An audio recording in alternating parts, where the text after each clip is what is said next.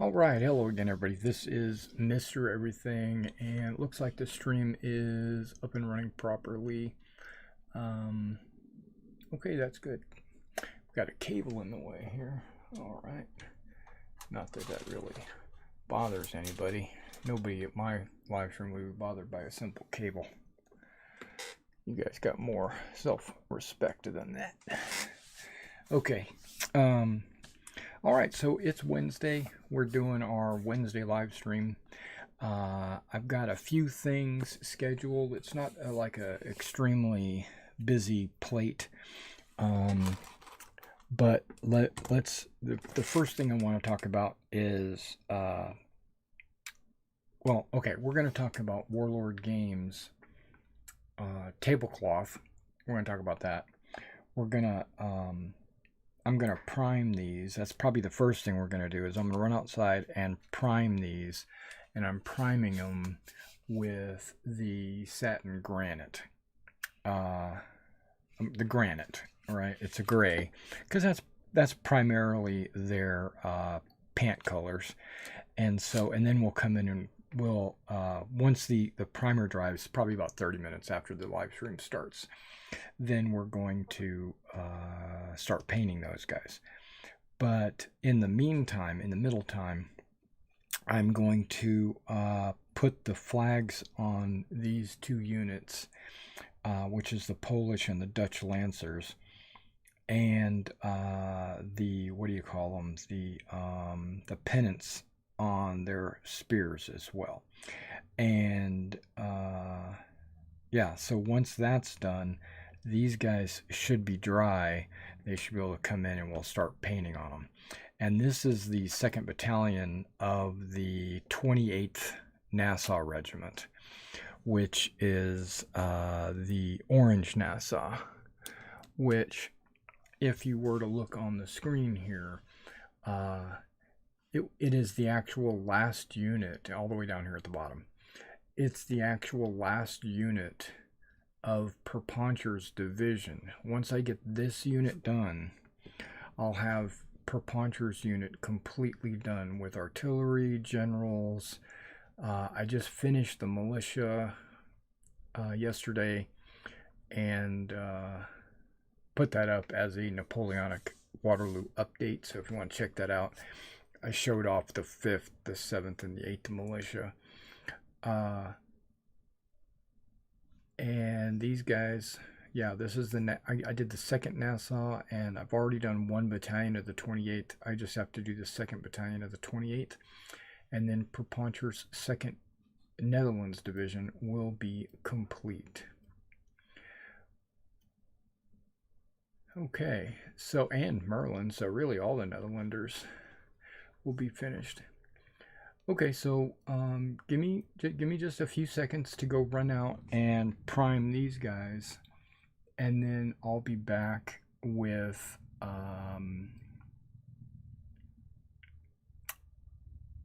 flagging and talking about Warlords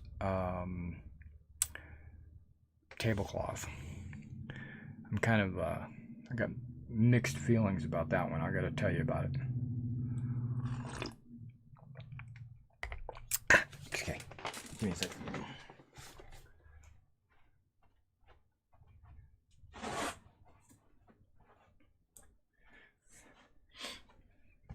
Yeah, I've got I don't know if you can see this on the camera. Yeah, I've got 1 million of these boards that have a whiteboard on one side, and then they just had like a clipboard style material on the back, like a press board.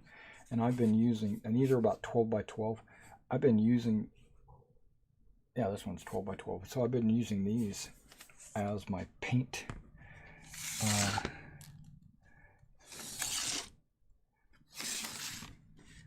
to hold my miniatures as I spray paint them. And I always do that outside.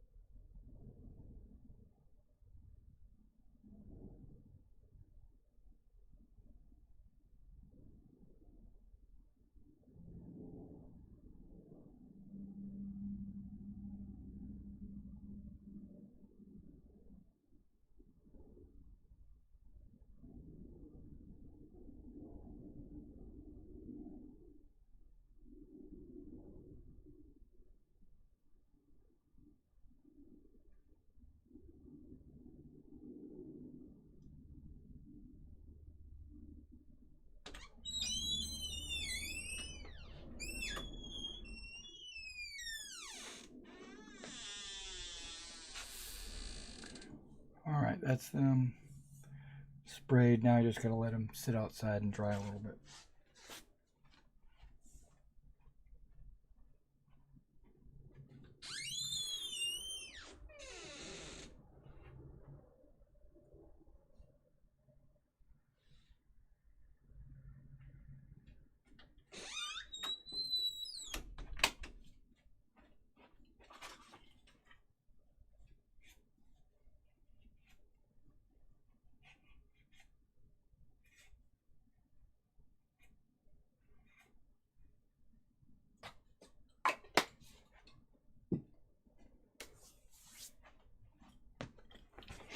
All right.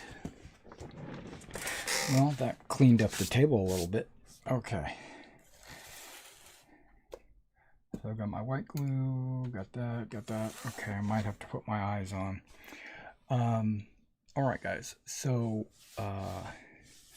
we got our flags in yesterday, which I was happy that I finally got them in. I ordered them over a month ago. This just took a while to get here. We've got the second Dutch Lancers right there, and you can see it comes with the flag and then the pennants, which I thought was a pretty cool touch. And then same thing with the Polish Lancers, right? So, and then these are Grenadiers of Cheval, which I'm going to need, and the 2nd and the 7th Dragoons, which I was going to need. Yeah, so those all came in. I'm super happy about that. Okay, so I'm always super happy. Okay, so let's jump real quick onto the spreadsheet you see down here in the bottom left corner. You've got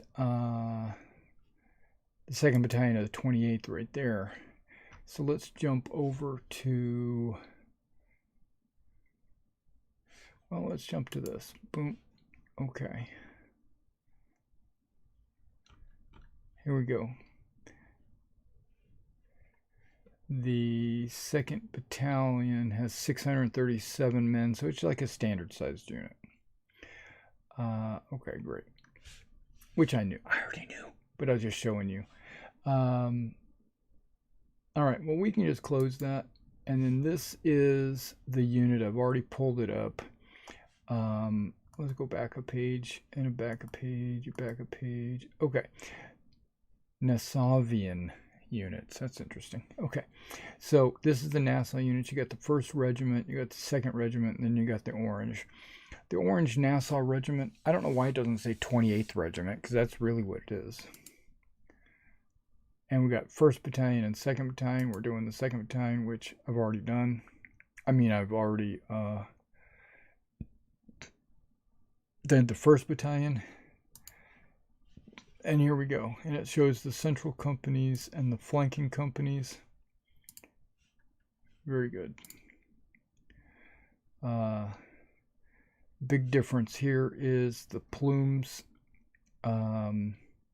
Now, the miniatures that I've got is front rank, and it comes with one company of Grenadiers, which have the Busby hats on, which we already know what that's going to look like, and then it has one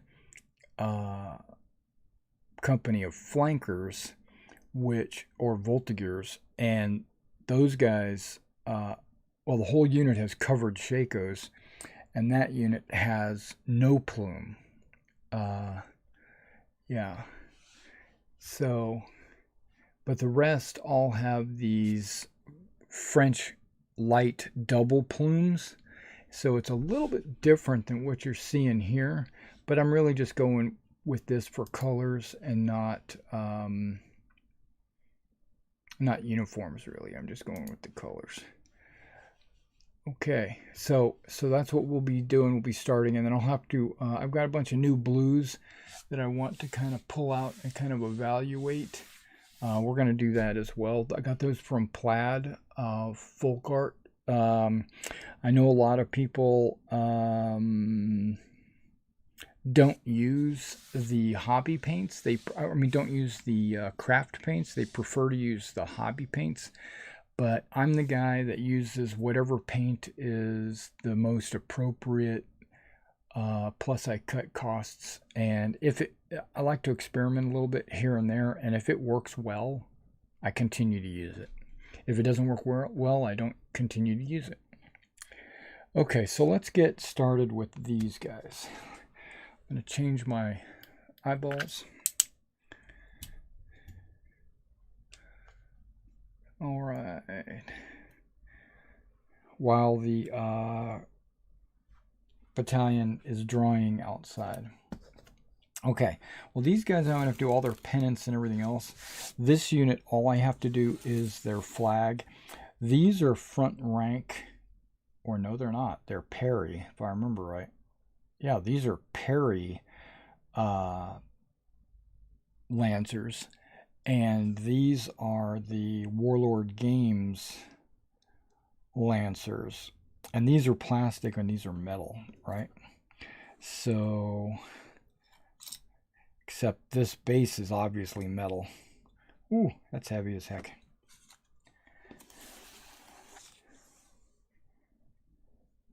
Okay, and this just says Polish Lancers. This is the Dutch Lancers. We're going to leave them over there. All right. Okay, so while we're doing this, just to fill time, I want to talk about a tablecloth that Warlord Games is selling. I don't know if they're selling it to the public or if it's limited to their membership only or if it was just to retailers, or I don't know, because I'm both of those things. I'm all of those things. So I got an email, it showed me, hey, there's this Midway Island tablecloth. And I'm thinking, oh, that's pretty cool, because I like doing Midway Island battles with my various games that I play, air battle games. This would be a great addition to my tablecloths, right? Okay, so I said, okay, cool. And it is, what do you call it? Pretty sizable. I don't know, maybe 4x6. You know, which to me is big enough for most tables. I know I like to do air battles on 4x8s, but 4x6, I understand, is the universal skirmish style table size, you know, like Warhammer or Bolt Action or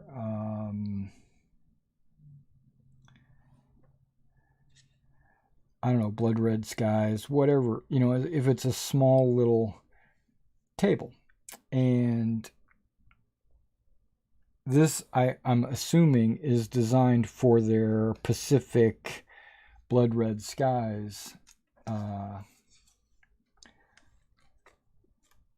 expansion, right? They were going to release it in cooperation with their expansion.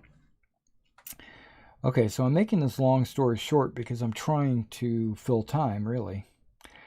I mean, I'm making a short story long. That's okay, let me kind of focus on this little piece here I got to cut out.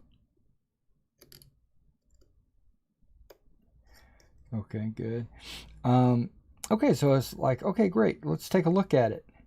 And the number I saw as a price tag on this thing was like $230 or $236 or something. Which, that's ridiculous. I mean, I personally think $60, just straight up $60 is way too much for a tablecloth. The artwork on it is beautiful. You know, you're getting a very nice looking painting of the two islands at Midway. So much so that the table they put it on, the islands stuck out over the edges, so they need to put it on a bigger table because there was a lot of extra sea around the outer edges. So you could put it on a slightly bigger table, from what I could tell.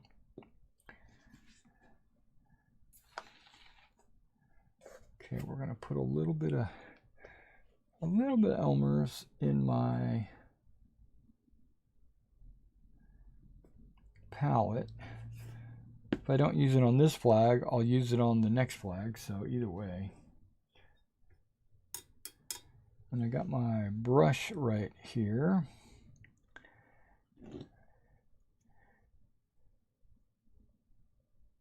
Guard, Imperial,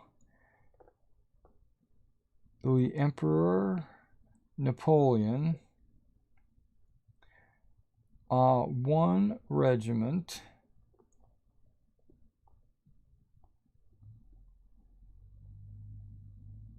something Lancers. Wow, I could almost read that.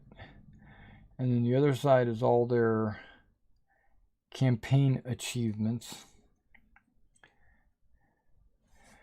Okay, so what I normally do is use the packaging, and then I put the glue on a flag this small. There's no need to do any kind of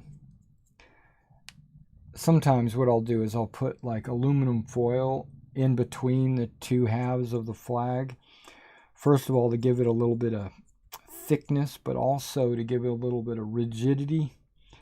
But in this case, this flag is so small that the Elmer's is all you need.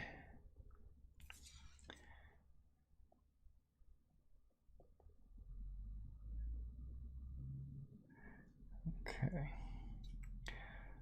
So now before we like press this together, what I like to do is line them up, line the corners up, and slowly kind of pinch from out to in, like from the outer edge of the flag towards the standard pole, looking at both sides, making sure it's not getting unaligned.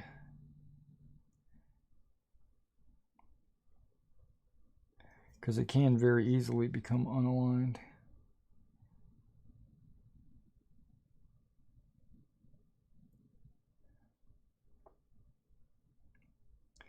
And then right at the pole, I use my fingernail to press the flag up against the flagpole.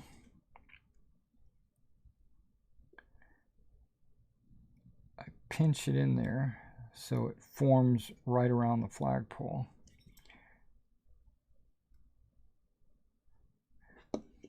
Okay, now you know better. We're not just going to leave it like that because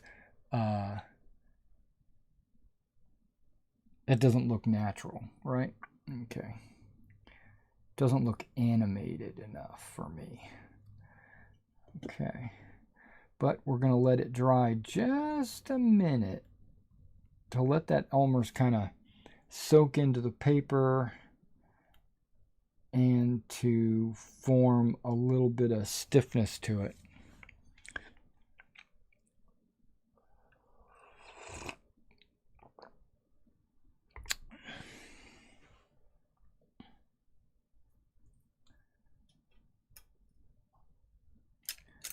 Before I take one of my brushes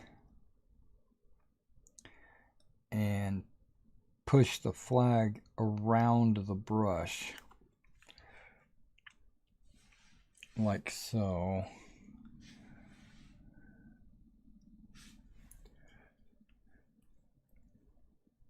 you can see where I bent the flag around the brush. Then I go deeper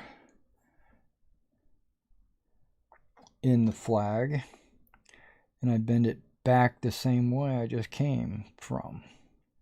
Usually one of the tips, like the tip of the flag.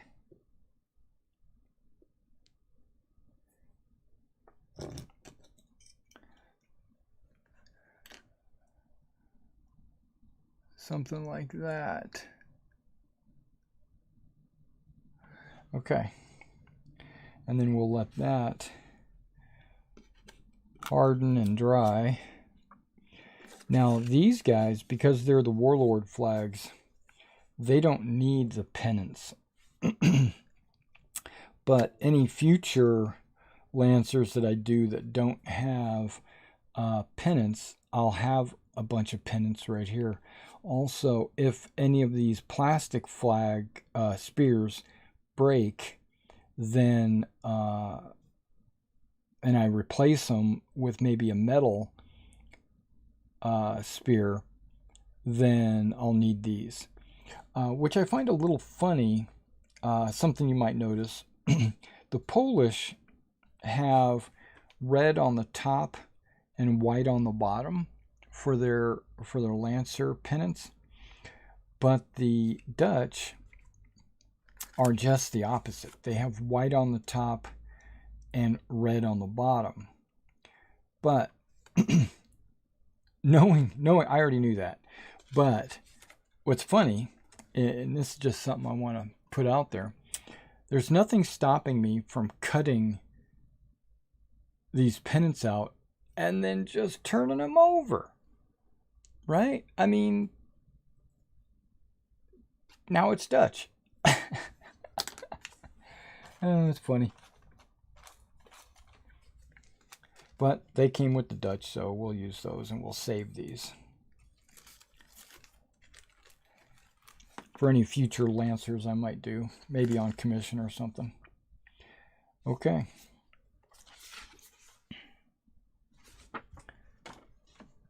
Toss that.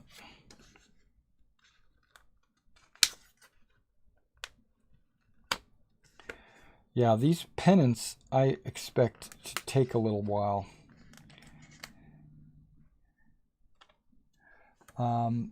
There's what? 1, 2, 3, 4, 5, 6, 7, 8, 9. Just 9 I need to do over there.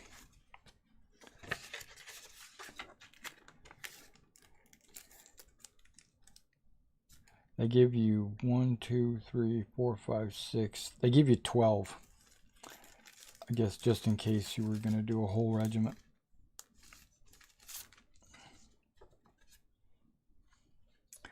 Now, one thing I do love about GMB flags, they give you these guidelines to cut on to make sure that you cut your flag in the proper dimensions. Some of the other flag companies don't give you those guidelines, and you just kind of, you either cut it right at the edge of the flag on the paper or you guesstimate.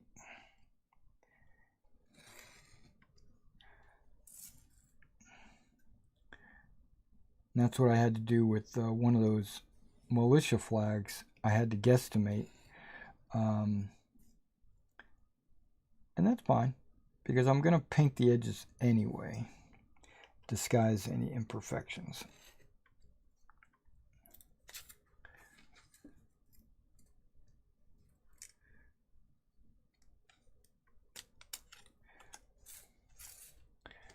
Now this should say on the flag, oh,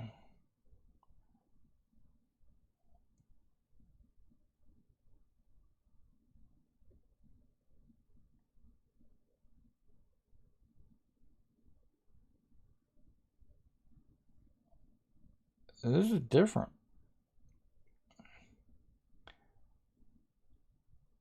Yeah, it doesn't say 2nd Regiment or Lancers or anything. It does say Lagarde.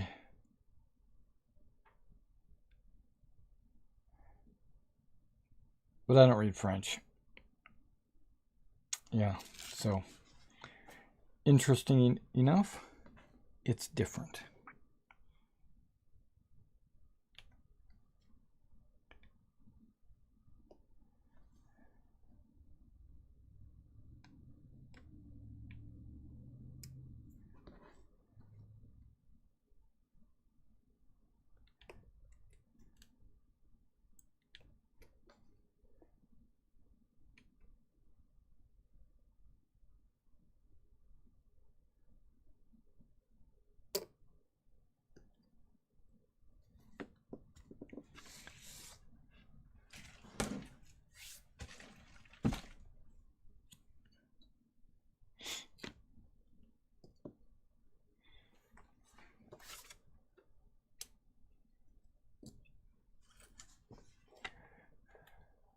All right, we take take these and fold them in half.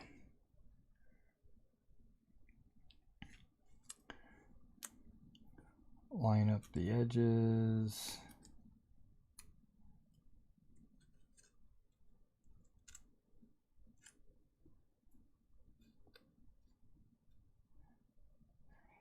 There was a time, it was a long time ago, when I did 15mm flags, and they would have frills like this all along the outer edge. And I would take my scissors and I would cut into those outer edges and make a number of hundreds of cuts to make the paper kind of frilly. And that was on 15mm. I'm definitely not doing that now, but it was when I was younger.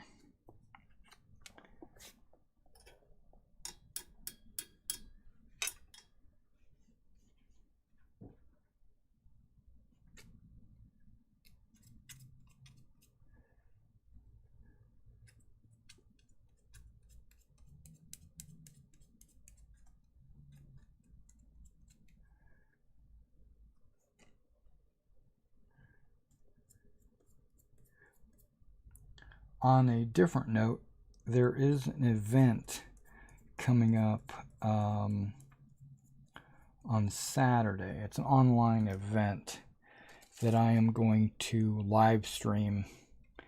So if you want to come join me, it's for Star Citizen. So if you're not a Star Citizen fan, then there's no real need to come join me.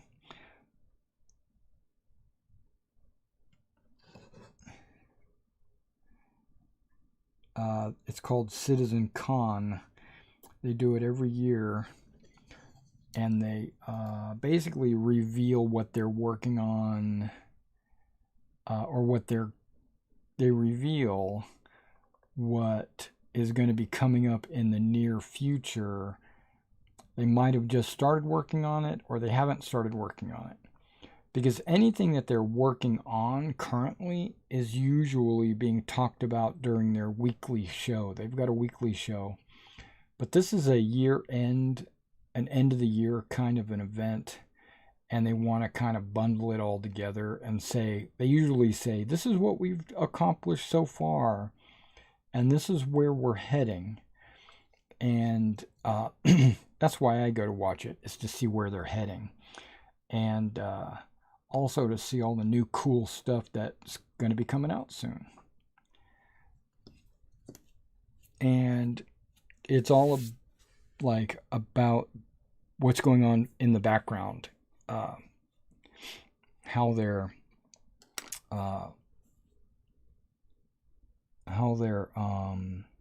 progressing, but also how they're actually doing it in the system, and giving us like the step-by-step progression of their thought process and stuff like that. It's really cool.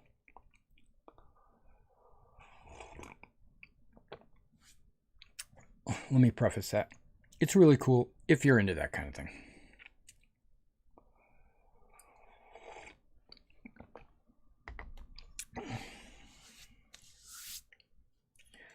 All right, before we get into the pennants, I'm going to go out and revisit my Nassau troops that are outside drawing, and we're going to see if I need a second coat or not.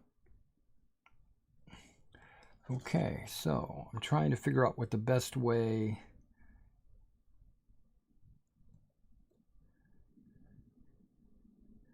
to make this flag blow in the breeze. And then again, a real quick twist of a corner.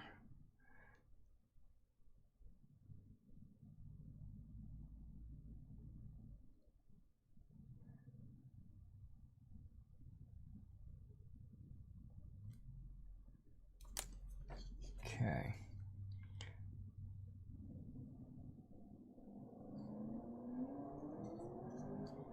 All right, so I don't know if you can see that. I don't know if it blurs it out or whatever when I get too close to the camera. But you can see that I got two folds. Woo! You can see that I've got two folds and a little twist at the end. Sometimes I'll do a twist up at the bottom as well, but not on these little bitty cav flags, because cav flags are really small. Okay, we're going to let that set off to the side and dry while before we start with these pennants. And then I'm going to go check out my Nassau outside. I'll be right back.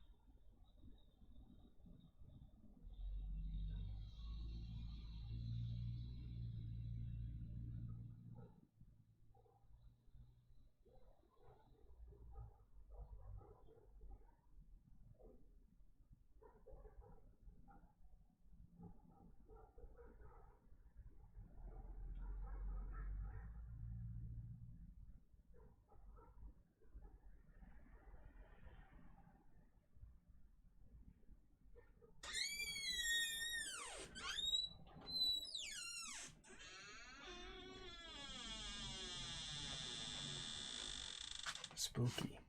Yeah, so I come back just to inform you guys.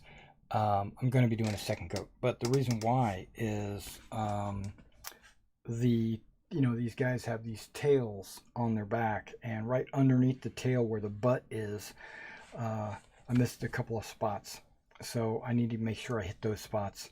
But other than that, it looked like it was pretty good coverage. Okay, be right back.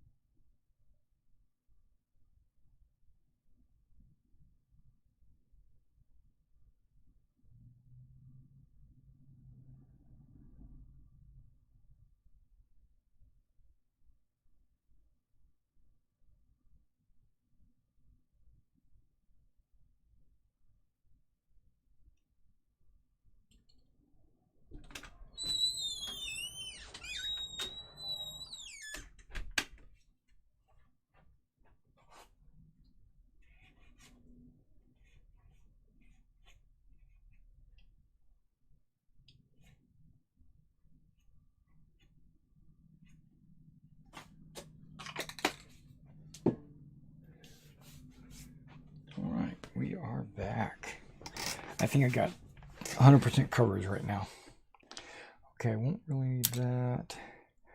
Let's take a look. I need to cut 9 of these out, right? Okay. All right, and again, guys, if you have any questions for me on Wargaming Wednesday, you can drop it in chat. I've got it up on my screen.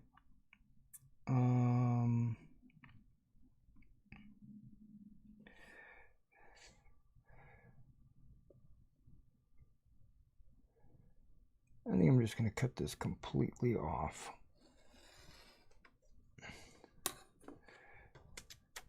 Yeah.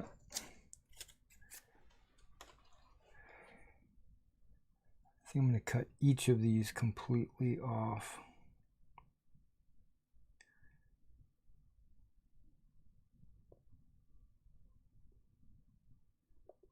Line it up.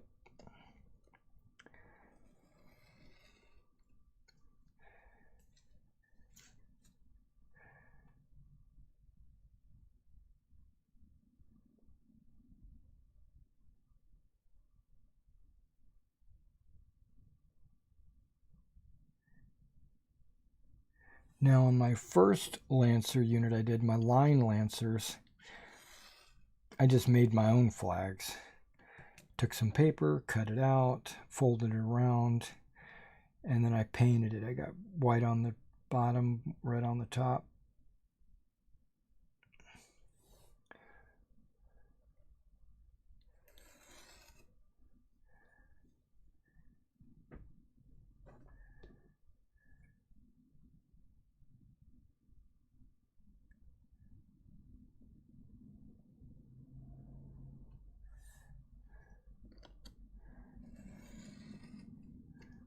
Okay, there's 8.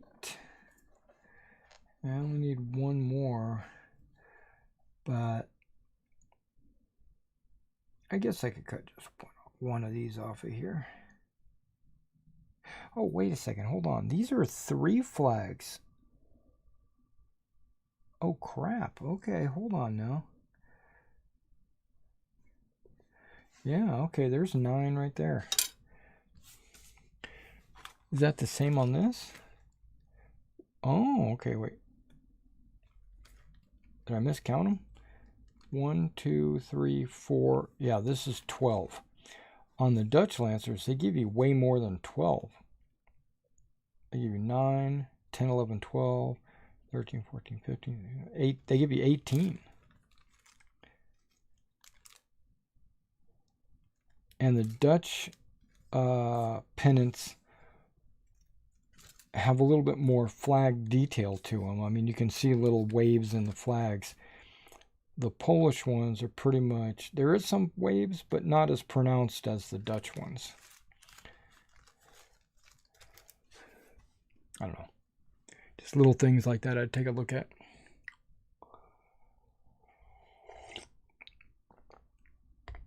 Yeah, we will be doing these NASA down here.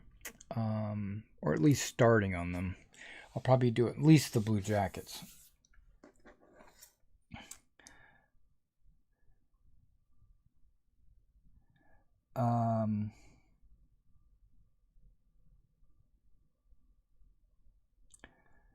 I probably don't need to even use the ruler on these. I could probably just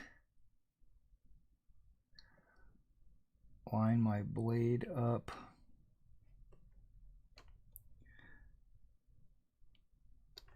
And cut it.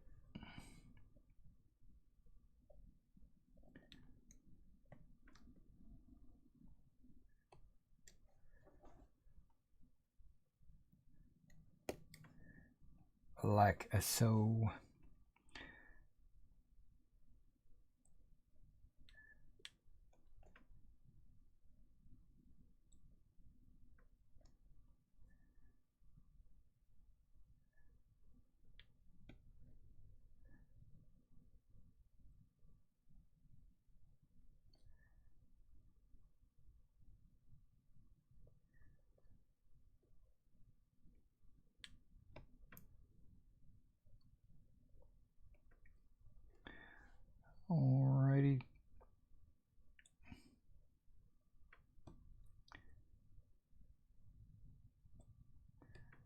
Just bear with me, gentlemen.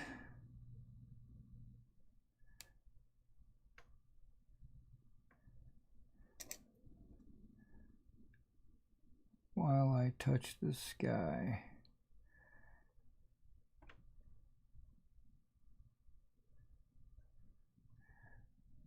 Okay, well that one is done. Dunzos.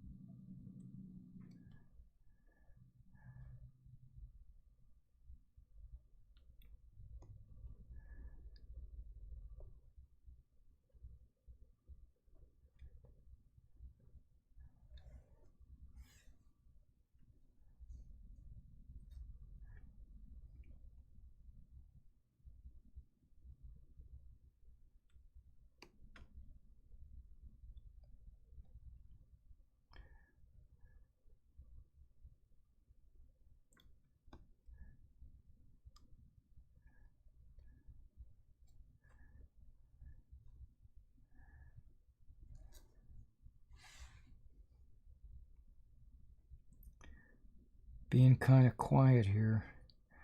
Sorry, I'm being very precise with these tiny flags.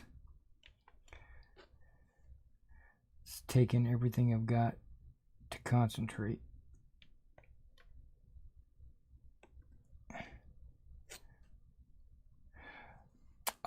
If you guys didn't know this, I got a commission last week to paint some Panzer Lehr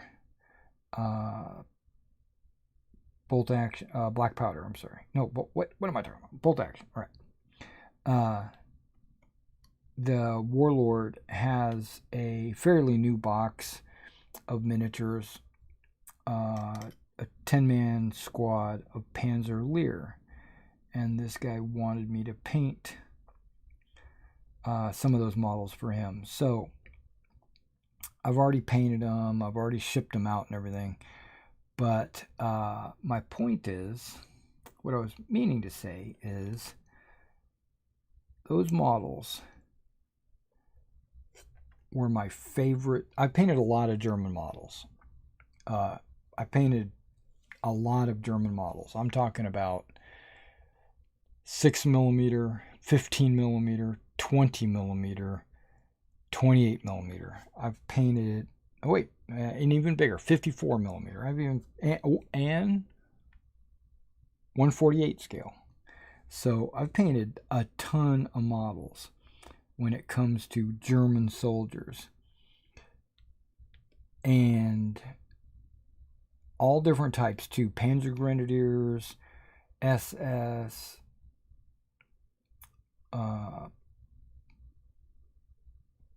just your standard German soldier. I don't want to say Heer, but that's what it is. It's here.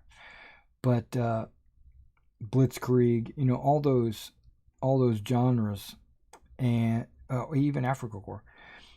But these models, these Panzer Lehr, which is one of my favorite divisions, so it's probably biased, but no, I'm not biased. Just looking at these models, they were probably my favorite models to paint. They had just enough detail to look awesome and not overly complicated in their design. These are like, I'm going to get a lot more of those guys and paint them, because I don't know, I had a good time painting them. I don't know what it was about them, but those Panzer Lehr models are my favorite models to paint right now. They are my favorite models to paint from all genres, actually.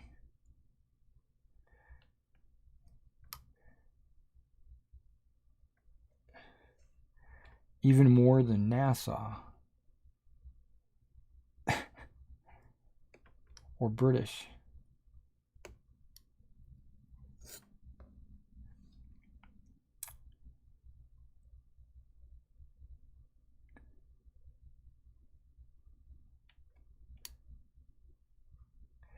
I also noticed that they are a limited time offer.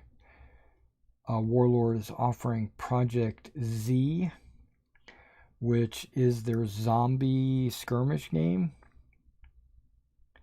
I've never played it. I don't really have a desire to play it. I'm not really. I like watching like zombie TV series like The Walking Dead and stuff, but I don't have any desire to put those on the table. It just, yeah, it just doesn't do it for me. But they're doing a limited run, I guess. It says for a limited time only. You know, when a game says for limited time only, I avoid it like the plague.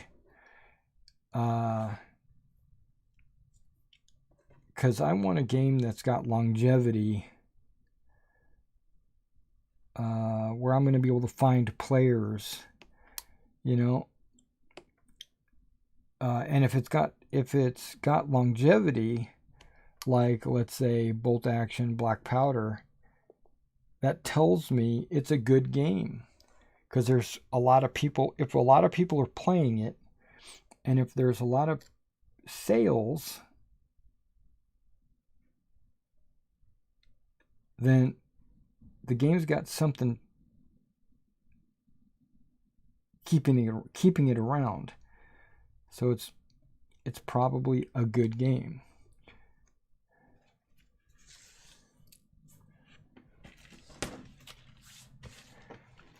Okay, so we got all these folded. No, we don't. We got all these cut. Now, as you know, let's see if I can get this on camera. What I do is I fold them in half first.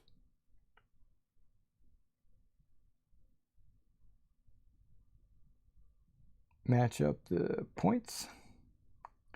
Try to.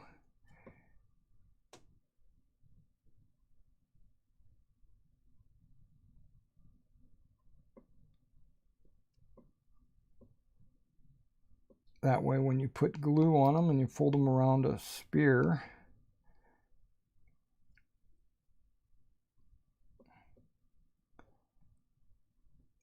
they will, it'll go together better. Okay, now this is something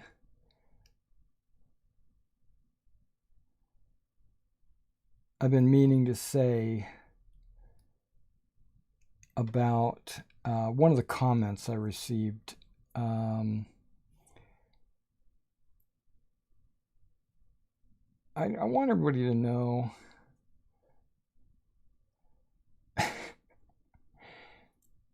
I know that these are Lancers, right? And that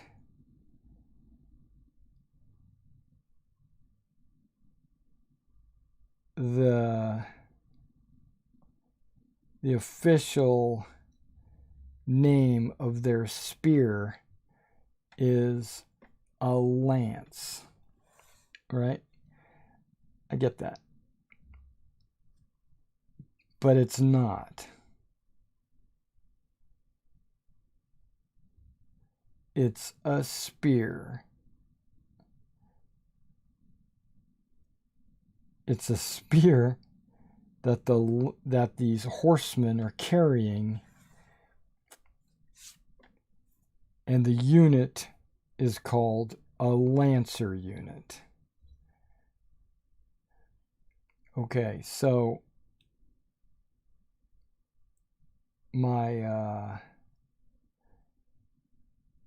the comment was, I think what happened was, I think what happened was I was talking about them, and I stumbled and said something like spear, pike, whatever those things are, you know.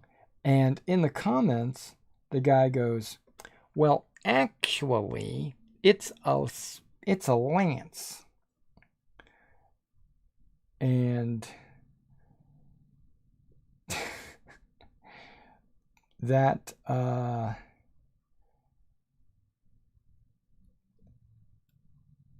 that sparked a little bit of it triggered me a little bit, because a lance is a spear. A pike is a spear.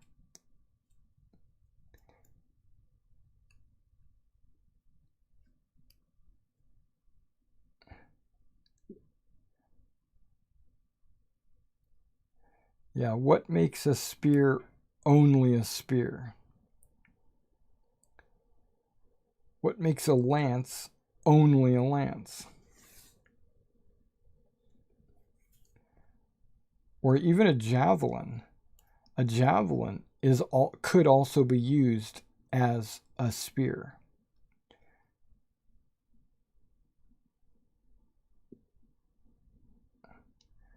If I'm holding it in my hand and I'm thrusting, if it's a thrust only weapon, and then it is a spear.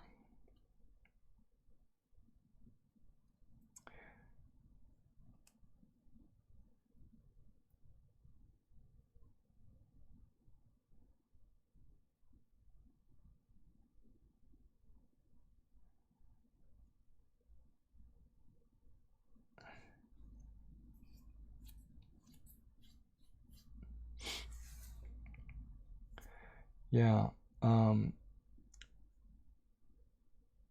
What differentiates what makes a lance only a lance? In my opinion, now this could or could not be correct. If it has a hand guard, then it is only a lance. But if it has a lanyard that you tie around your wrist and your spear, then it is a spear.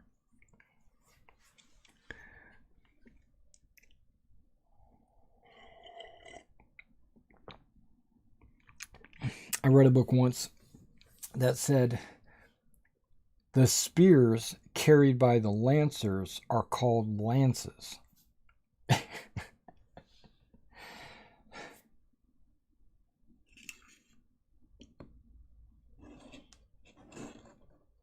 Okay, now these should all be pretty easy. Now, if I remember right, these guys are white on the top. Okay, so I just have to be conscious of that when I'm putting these together. White on the top. And I think I'm going to need a little bit more of this white lovely juice.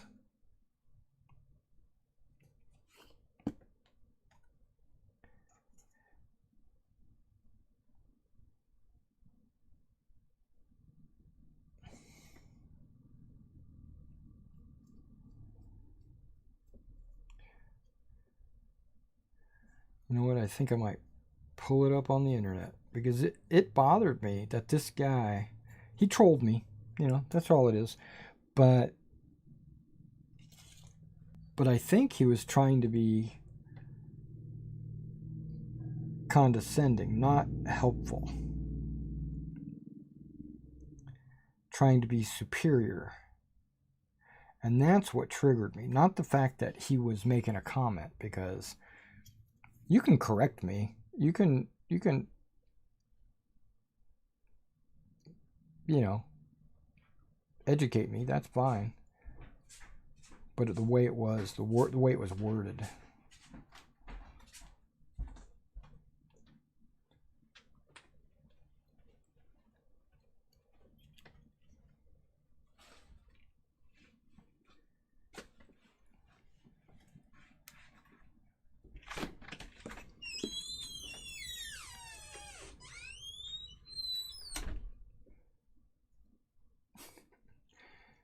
Things are so small, they're fiddly in my fat fingers.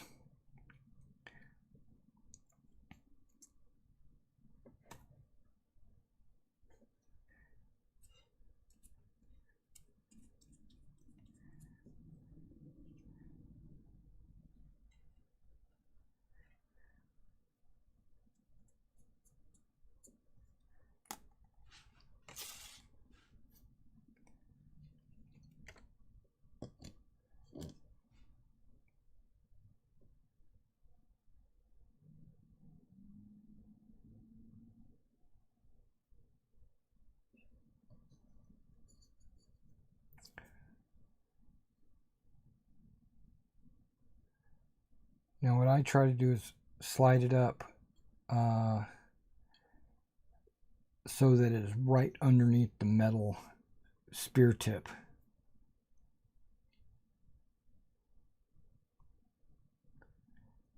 Where I painted it, because I paint the spear tip a little bit down the shaft, because the spear tip is supposed to be fairly long.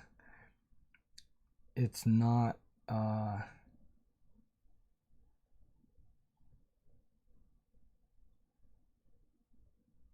it's not just the tip, it's actually the tip and part of the shaft is metal.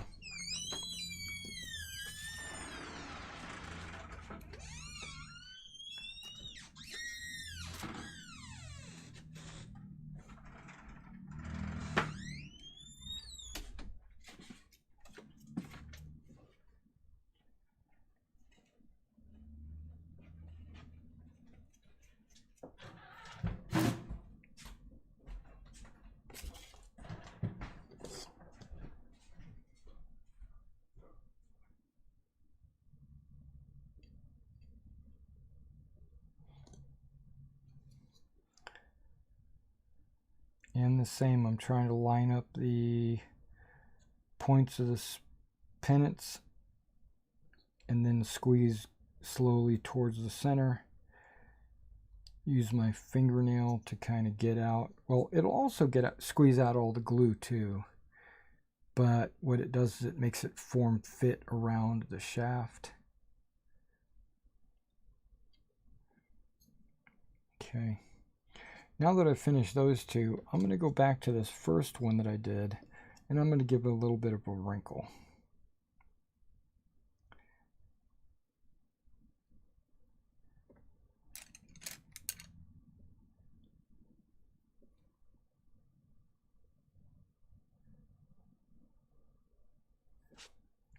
Doesn't have to be much, just a little bit of motion.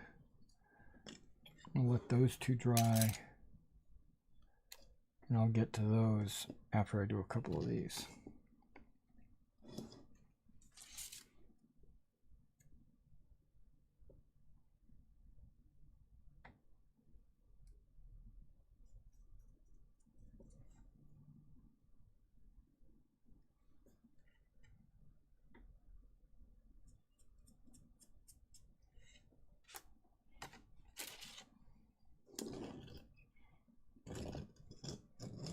That's one reason why I play historical games. Part of the reason is the learning. I like to learn things that I don't know.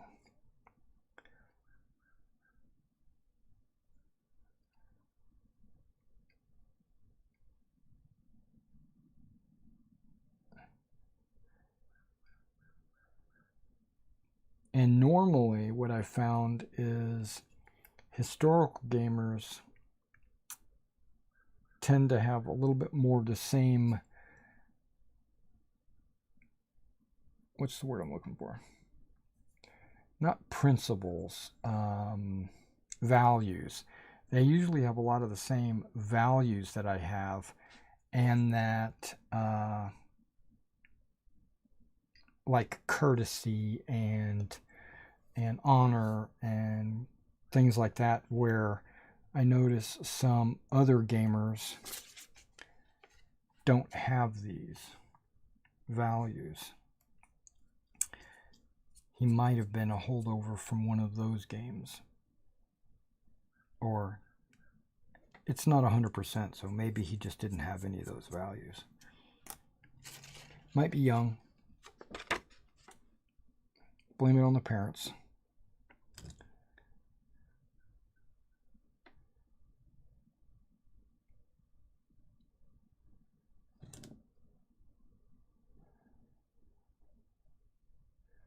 I don't know why this one is so hard.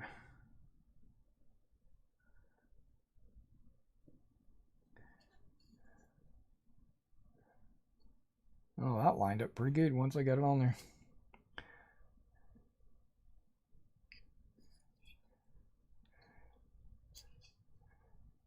These pennants Okay, now let's talk about modeling.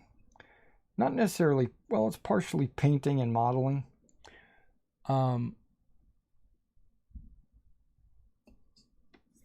Finished product is what I like to call it. I can paint a model and it will look okay. You know, I'm not a museum level quality painter. I'm a war game table painter. So my models look okay. You know, you can tell these guys, they're not the greatest. Now, if I put an extra day or two of effort into them, I could easily make them museum quality, but that's not my goal. Okay, so if the model is okay, there's a couple of things that you can do to improve its value, its appearance. One of them is flock the base. When you put a okay painted model on a base, it'll look okay. But if you put grass and dirt and maybe bushes and maybe an accessory on the base, the model elevates. The look of it goes up. Okay, let's put a little breeze in these. And to take that next step up, put some flags, some banners, some pennants, some little streamers going off his neck or off his belt. Anything like that will make your model look the next step up.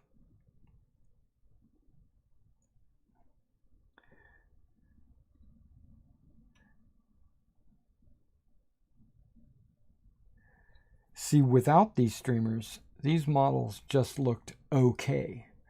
But now that I've put them on there, they look good.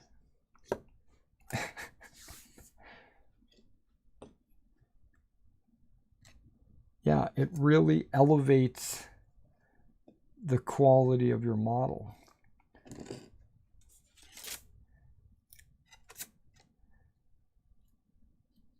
Same thing with like vehicles too. I used to do this. I used to have this technique. It was a while back. What scale did I do it on? I think I did it on 15 millimeter. I would have some German half tracks or German tanks, and I would take. Oh, and this is back in the time when people didn't whine and complain about historical flags like the swastika. Right? I would take a piece of paper and I would glue it onto the, what do you call the thing? The engine compartment, the hood, you know, I would, well, that slid down too far. Okay, slide it back up. There we go. I would put this piece of paper on there, fold up a side or maybe tuck in a side or have it drape over the side of the vehicle or something. And this is not included with the model kit. You know, this is just something I added. It was an air recognition flag. Basically, I would lay this flag on the top of the vehicle, on the engine compartment, on a tank or the hood of a half track, and I would paint it red, and then I would put German swastika right there in the middle and make it an air recognition flag. And it really change the appearance of the vehicle. I mean, you got painted tanks and stuff. They look good. But when you put that little piece of paper with that little extra effort, your tank now looks awesome. Now, I only did like one per platoon or something like that, or one per company, depending on the game system I was doing. But it made a difference.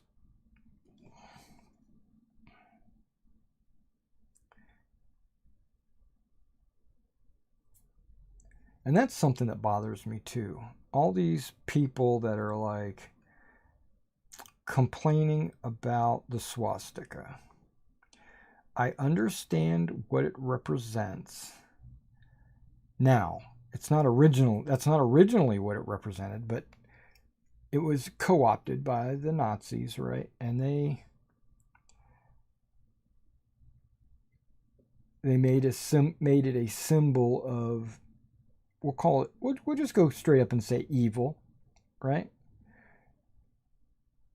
But that doesn't make it wrong to put that on a wargaming model. Or, having said that, it doesn't make it wrong to put that on like a flight sim, like an airplane in a flight sim. I play a game called IL-2, right?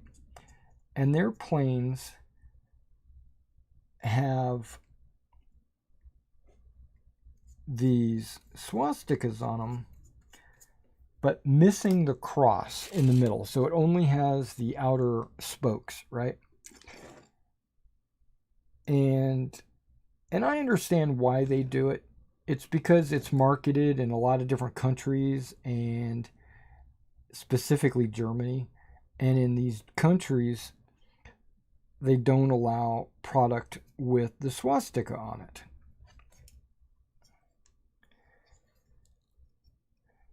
And so they want to be able to sell their product. I get that.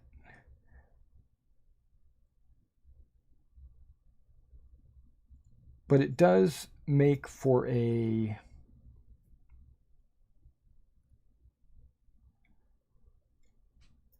it takes me out of the realism.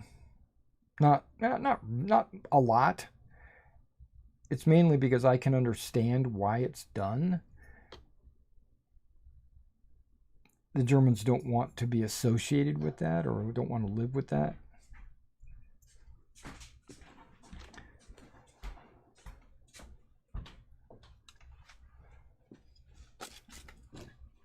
All right, we're going to turn these.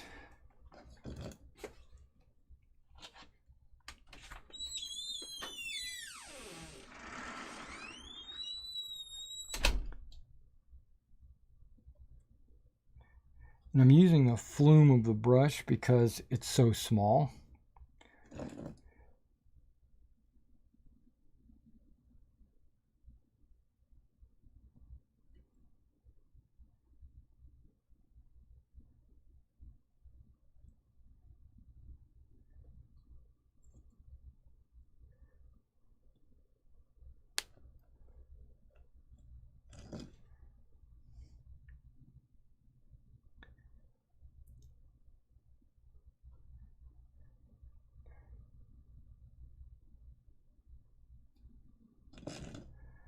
And it's okay to have one of the pennant streamers, you know, because it's got that fork at the end. It's okay to have one going one way and the other going the other. That kind of gives you a little bit of animation to it. Okay, I don't want to do these until they got a few more seconds to dry. They are pretty stiff. Okay. So what I'm trying to say is, I think it's okay to put the swastika on your historical models because you're representing an actual historical. It actually was there in the battle, or it was there on the vehicle. As long as you're not like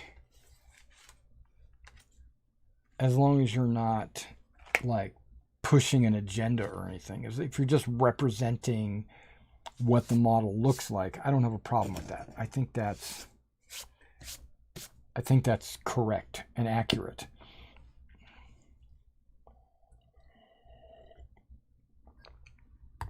I'm going to tell you a story while we're waiting for this to dry.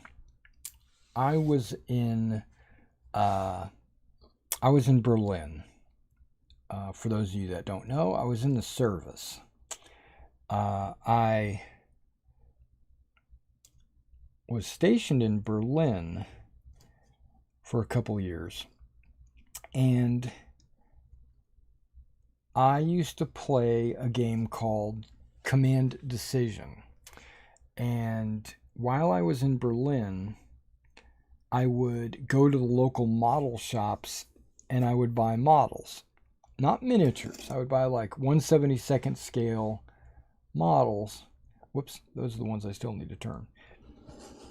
1/72nd scale models, because that's how we played our Command Decision, was in 1/72nd. I would buy German World War II tanks, and they would have, like, from, I don't know, from Revell or from Matchbox or any of the other 1/72nd scale companies that were out there. Italeri, maybe even. And when I opened up the boxes, they would have decal sheets, right? And if there was a swastika on the decal sheet, it was actually cut out. So there would be gaps or holes in my decal sheet. I would not be getting the full decal sheet.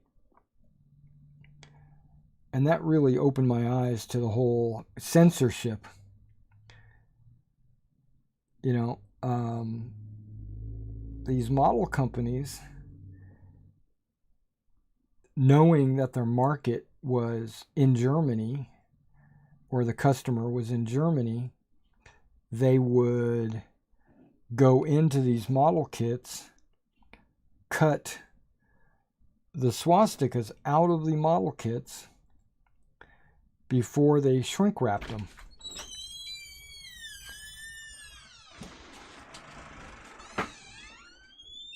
All right, these are all done.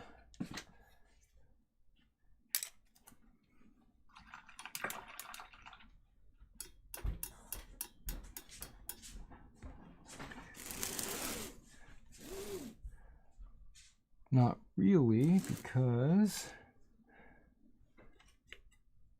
I have to do the red. Okay. But before we do that, I found a good color here. This is a very weird color. It's mecha color. It's it's Vallejo, but it's old gold. This old gold mecha color is perfect for these, the French flag standard gold borders. Okay, let's go ahead and put that in the water.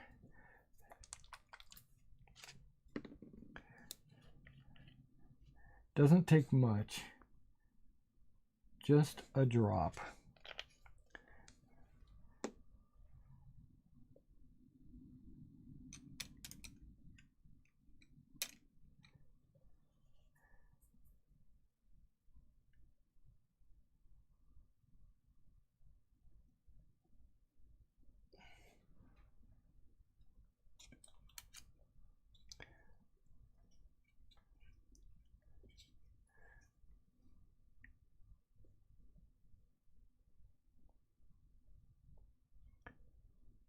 And then I paint the edge.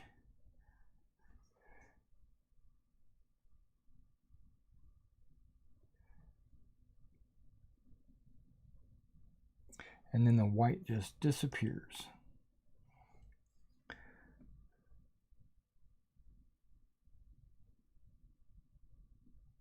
And this old gold matches perfectly with GMB's gold trim around these French flags.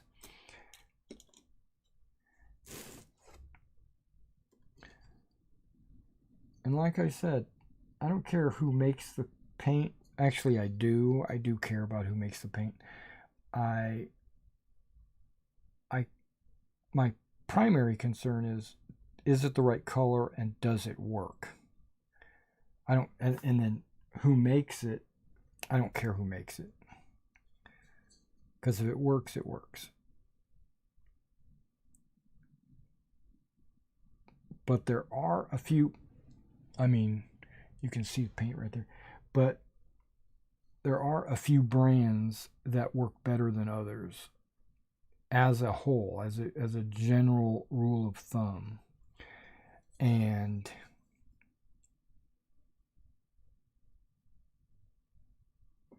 so if I have a choice between one brand and another, I'll choose, like, and this is being honest here. I'm going to have to be very honest.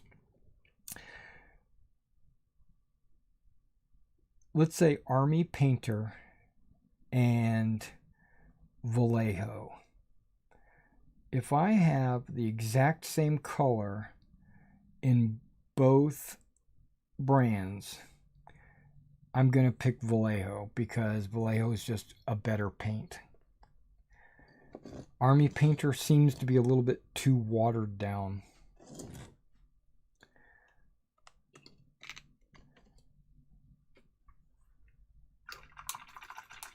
Now, when it comes to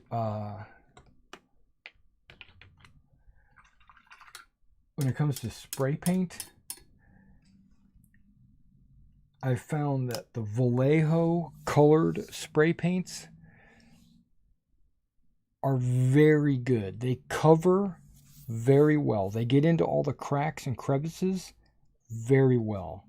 Their colors match their bottles very well. I mean, I cannot say anything bad about the Vallejo spray paint, except they cost twice as much as any other spray paint. So, like they say, you get what you pay for. Okay, these guys are done, and they look great. I'm super pleased with these guys. Okay, so let me go ahead and put these back on the shelf, and let's go get those Nassaus and see if they're dry.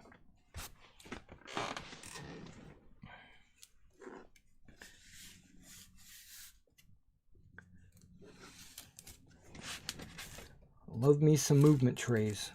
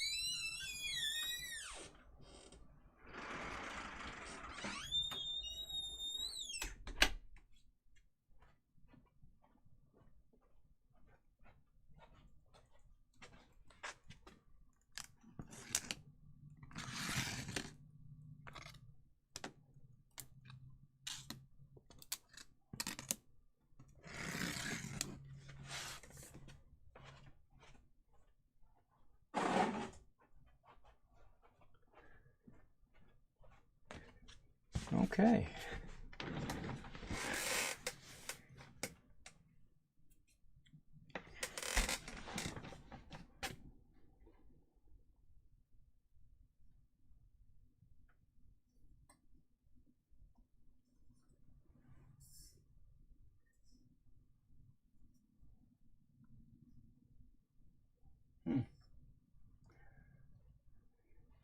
Just wondering why this seems to be a little dark, because it's definitely not dark. might have been some settings that I went through my camera and adjusted.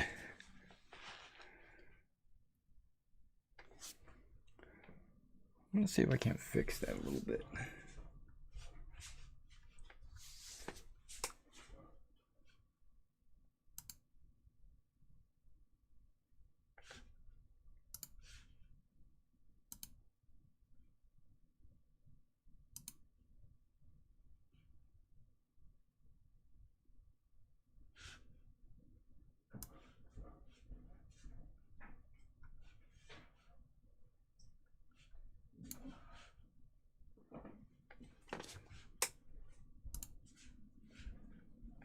Okay, here we go.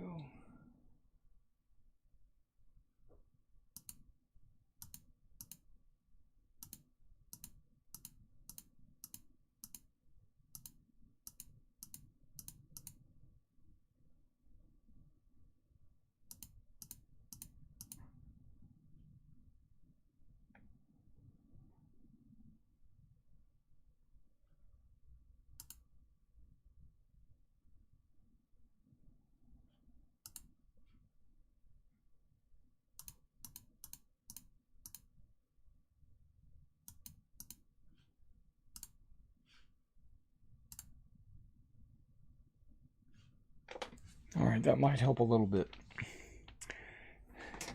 Basically, I turned on backlight compensation. Okay.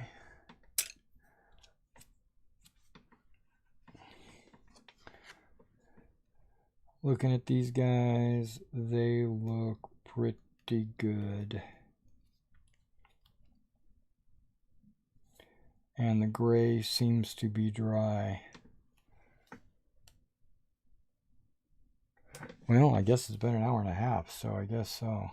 Well, second coat, probably an hour.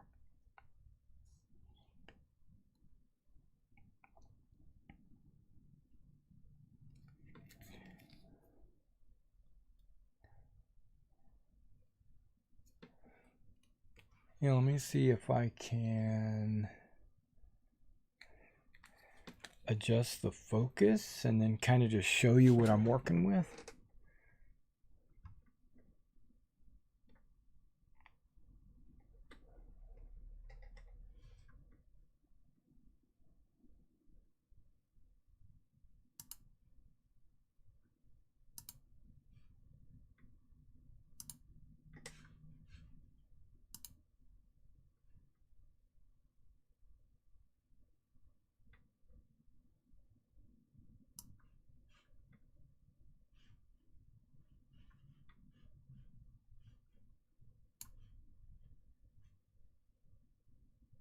All right, here we go.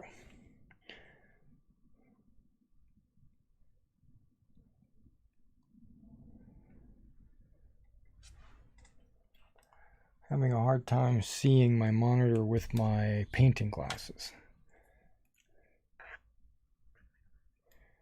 Oh yeah, that's better.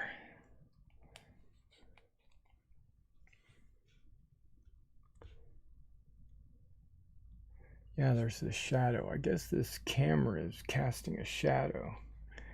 That's weird. It's in a bad spot, I suppose. I don't know.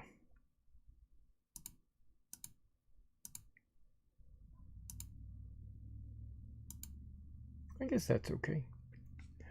All right, so we got the standard bearer, right? We got the drummer for sure, and you can see they've got these covered shakos, and the officer, this long tail, and these are front rank, and then you've got, looks like a wounded soldier. He's got a bandage on his head. And I've got two sets of those, right? The officer's in a different pose. He's got his sword raised. But the drummer, and the standard bearer is got his sword out and one hand on the pole. The other end is in its little cradle. And also another wounded Oh, and another wounded guy. Okay, so that's those. The Grenadier Company is in these Busbies, right? We got 2 raised, like at high guard, and then 2 at like a charge.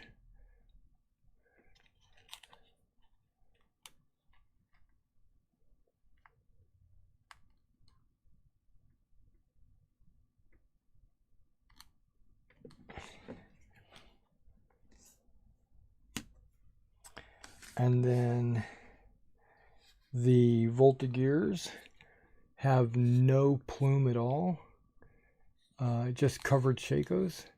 And again, we're looking at maybe 2 high guards and 2 charging. They do have the puff sleeves, or the shoulders, the shoulder pads.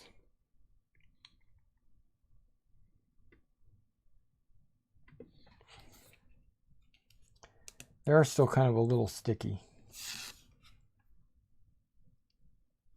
Maybe not. Maybe it's just this wooden base that I'm holding on to. The figures don't seem sticky at all.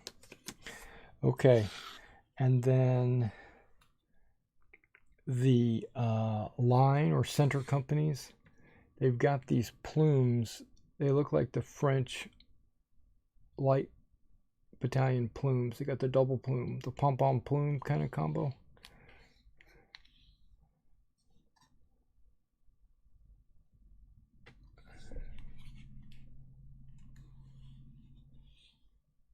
These guys look really good.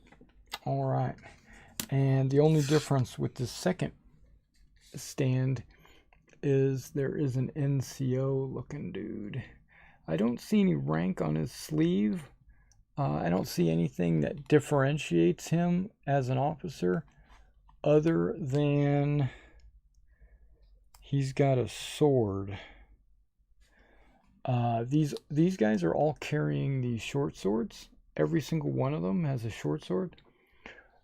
But this guy seems to have a saber on his leg. But it could just be out of position compared to the other ones. But I don't see any rank on his sleeves or anything, so I don't know why. He's just in a marching position, so I'm going to treat him like an NCO. Or maybe just a senior private, you know, I don't know. Okay, let's fix the focus again.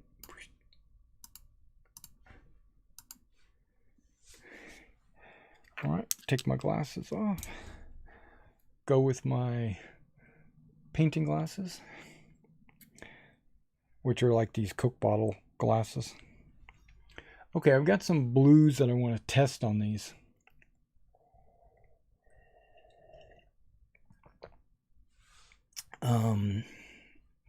What I found is kind of like a dark blue usually is the best blues for uniforms like the French or the other nations.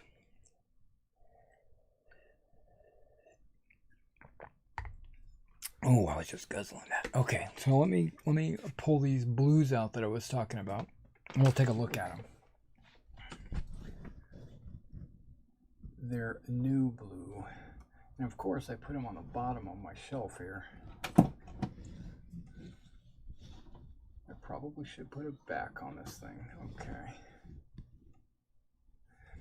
Okay, this one is true blue, which I like, but I've got this other blue right here. I've got about 15 blues up here. That's a lie. I've got about 9. Ink Spot is the one I think I want to use. You can see it's a little bit darker, right? don't know if you can really see that. Okay, you can see it better now. That's ink spot.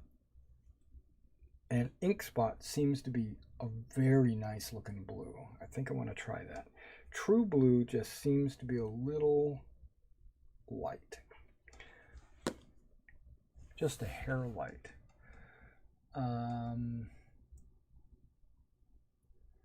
And all these other blues just seem to be super dark.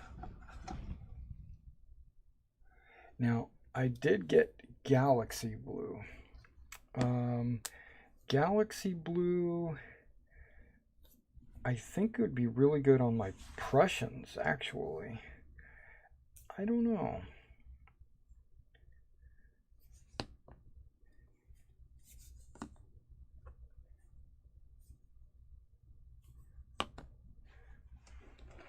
Yeah, and they make these stickers to kind of give you an idea of which one's which.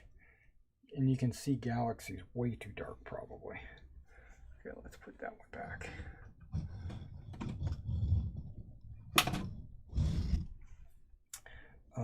Yeah, we're going to go with Ink Spot. We're going to try Ink Spot. Roll some dice. We'll do it on a couple of figures and then let it dry and see if it's good.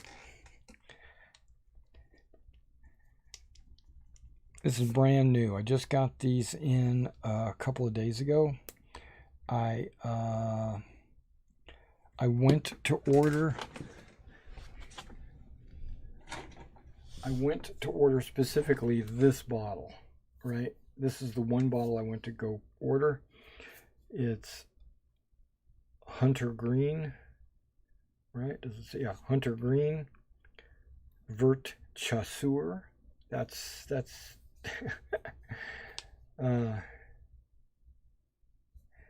and when I went to order it, I saw a bunch of other colors that I thought might be interesting to get, like some reds and some browns, and of course this blue. Okay, I've got to figure out where the edge of the plastic is so I can cut it.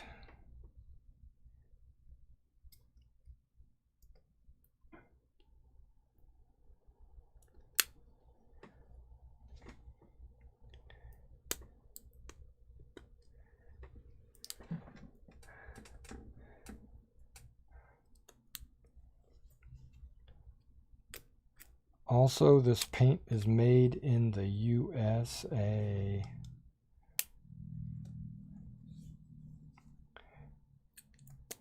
And unfortunately, to be able to get this paint outside the USA, you have to go through a third party.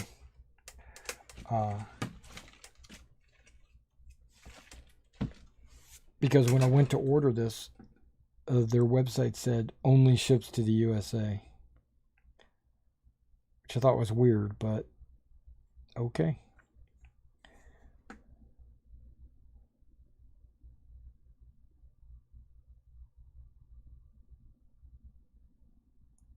Made in Georgia. It's got a 1-800 number on here. Okay. Ink Spot, huh? Okay. Now you can see the officer, the troops, the flank companies, everybody has a blue jacket and gray pants, so there's no need to worry about deviating, you know. Okay, so let's find some spot on my palette here to drop a ink spot. Okay, nice and thick. That's the way I like it.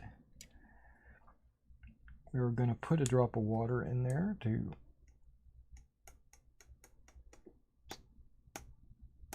maybe 2 drops.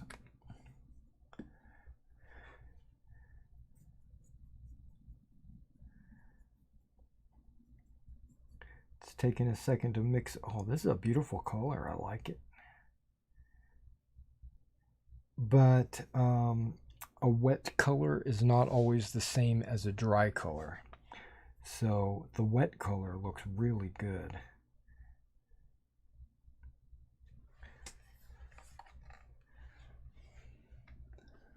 I don't know if you can see that. That looks really good. Okay.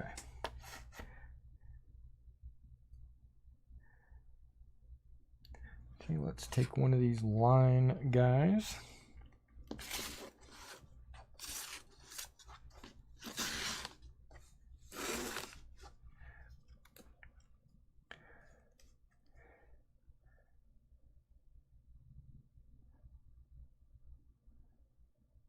Oh, that looks good on the...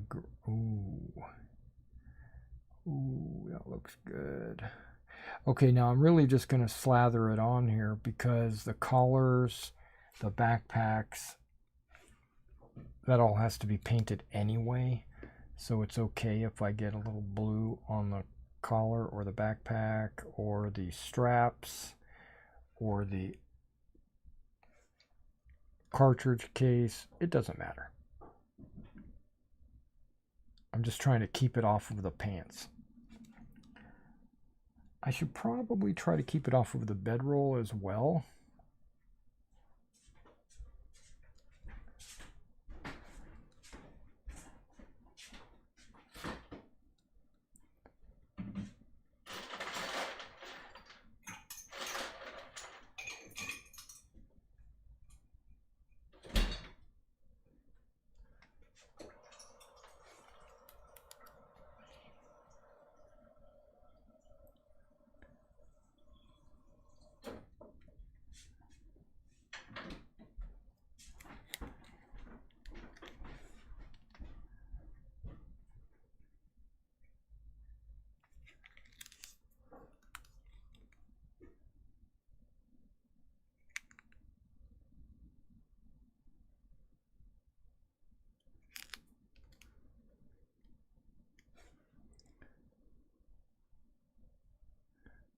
It's okay if I get it on the cuffs. It's okay if I get it on the musket, the hands, the straps, any of that. It doesn't really matter because those all have to be painted anyway.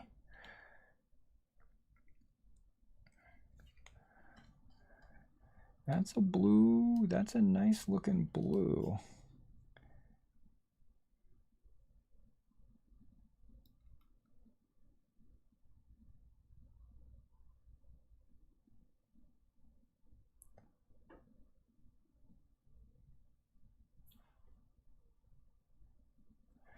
Okay, let's do a second figure, as these are all test models because I'm going to let the blue dry before I make a commitment to paint them all with this blue.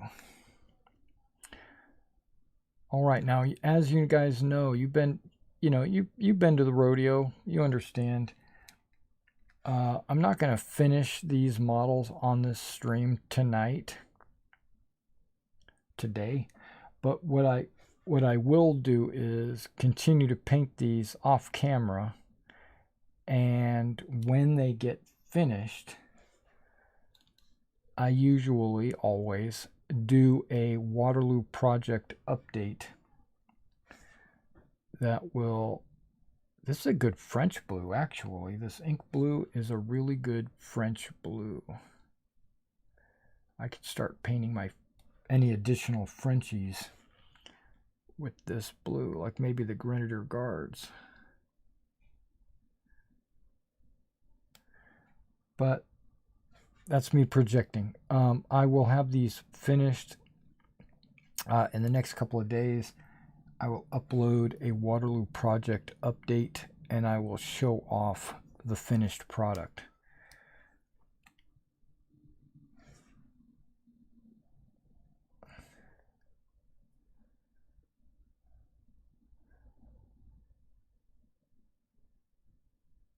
Being careful there, not to get it on his pants.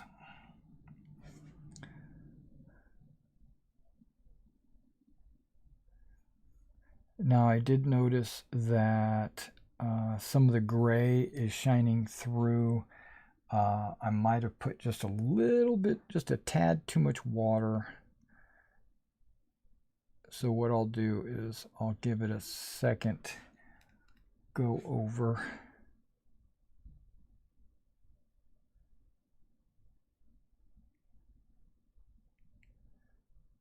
In those areas where I see the gray kind of shining through.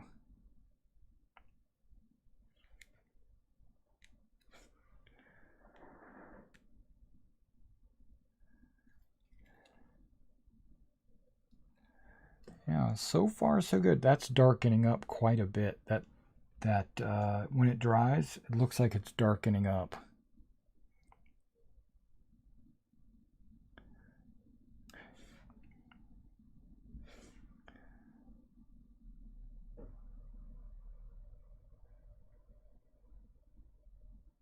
So it'd be great as a base coat, undercoat. And then you could highlight it with maybe add a little bit of arid earth to the blue and give it a little bit of highlight. I think would work. I think it would work really well, actually. Okay, well, it's drying pretty quickly.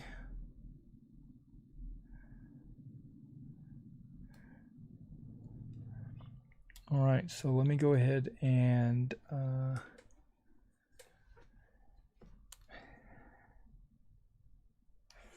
let's do all of these guys on this base.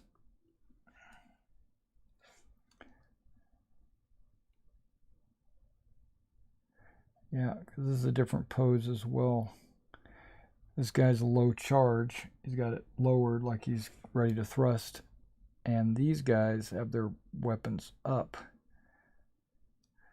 So they have different amount of exposed jacket on the back.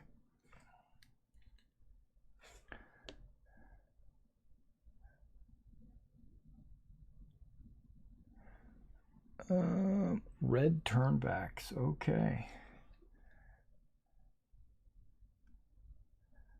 It's going to be red collars and cuffs and turnbacks.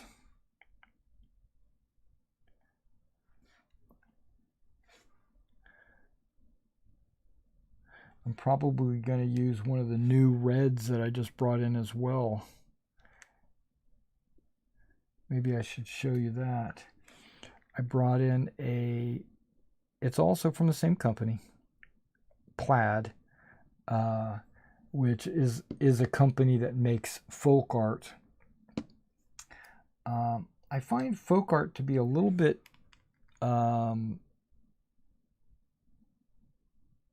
better than like Apple Barrel or some of these other paints that come from the same brand, like Plaid. Plaid has like Crema Coat, Apple Barrel. There's another one they have. I can't see, but it's folk art. But I think folk art is their best consistency of their paints. It tends to go on really well and covers really well. I know there's a lot of brands out there that say they cover better than others. I don't know. Folk art's really good.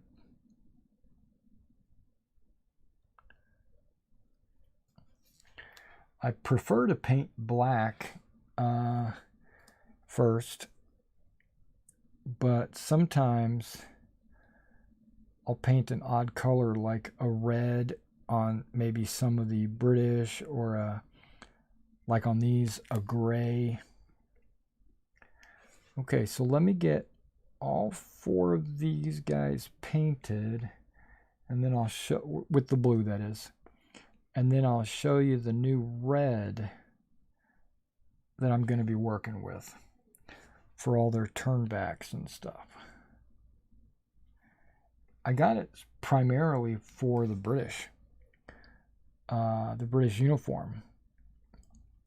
I have tried like Imperial Red, because that sounds like it was supposed to be their color. It's just a little bit too dark, I think. So I went to another extreme. I tried Crimson. Crimson seems to be just a little bit too bright.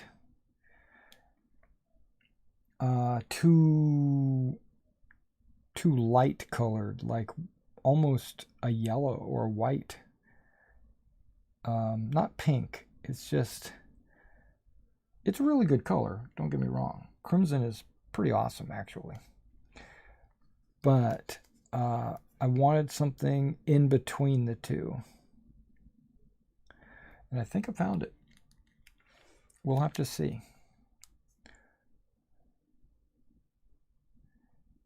Now, if I was really going to town on my painting, I would paint Imperial Red first and then highlight with Crimson. That's actually a really good highlight for Imperial Red, but I don't want to paint that way.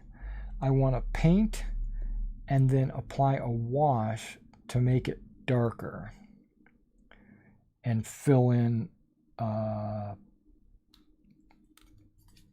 the creases and stuff like that to give it a highlighted look. And on a dark color, you can't really do that, because if you paint dark first and then wash it, it just gets even darker, and the raised areas don't appear to be highlighted. They just appear to be dark. So you got, okay, this blue, this ink spot is kind of dark blue. It's not wet. Wet and dry are definitely two different colors. Wow, there's a major difference between wet and dry. This ink spot might be best for Prussians.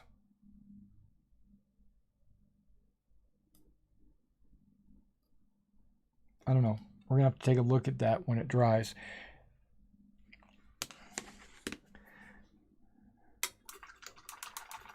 All right, now before I let you go, I want to show you the red I was talking about.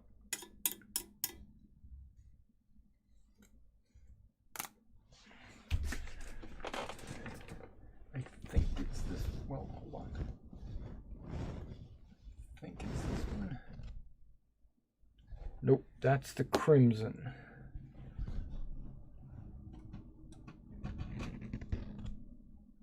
That is flag red, which is an apple barrel.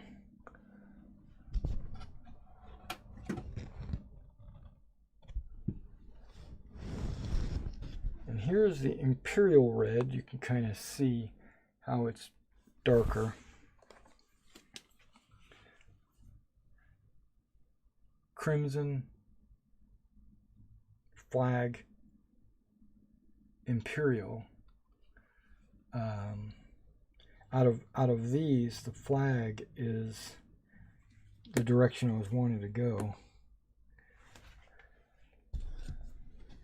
But this is the new one right here. It's called Christmas Red.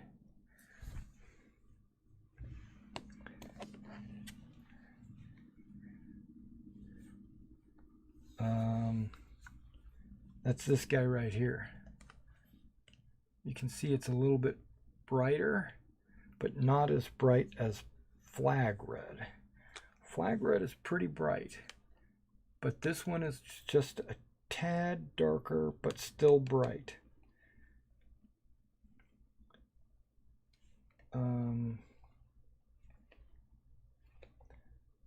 It's hard to tell. It's hard to tell which direction I'm going to go.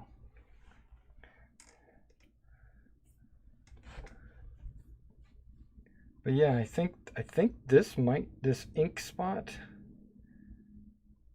I thought it was brighter, but it looks like it might be just a little darker.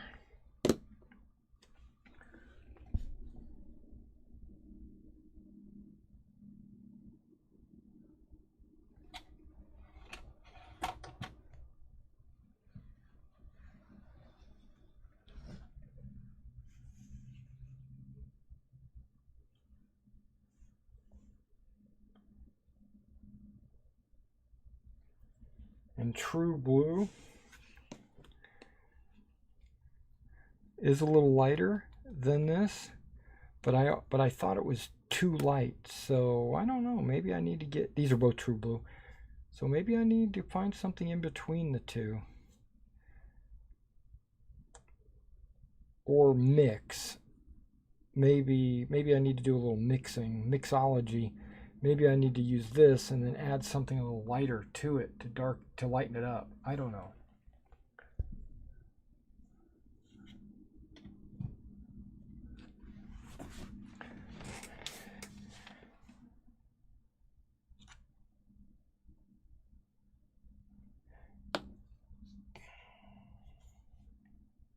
Alright guys, well thanks for coming out and watching this stream. Normally we stay on from about 11 to 1 doing various modeling and hobby related things. We got a lot accomplished today. I got my Lancers with their pennants and their flags.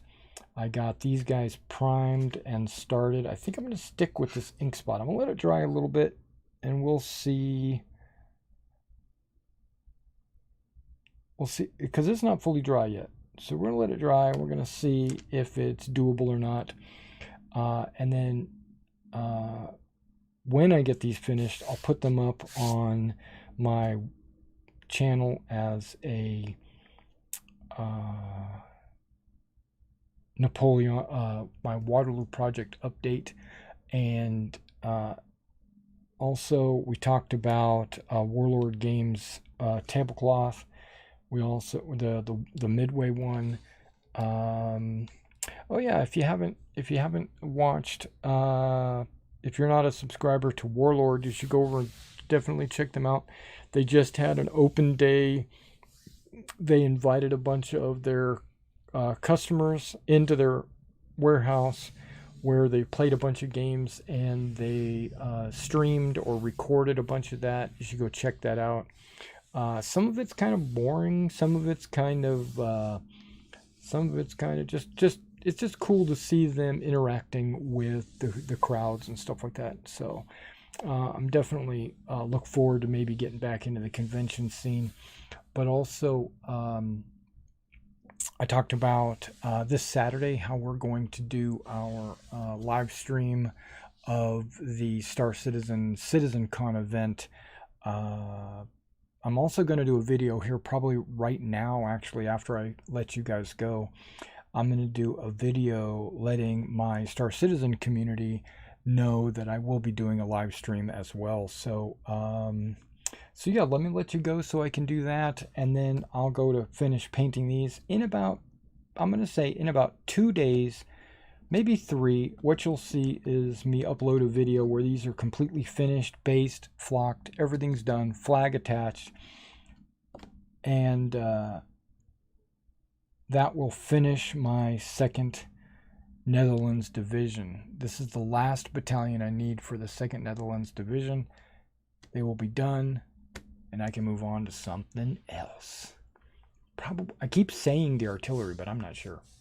All right, guys, catch you next time.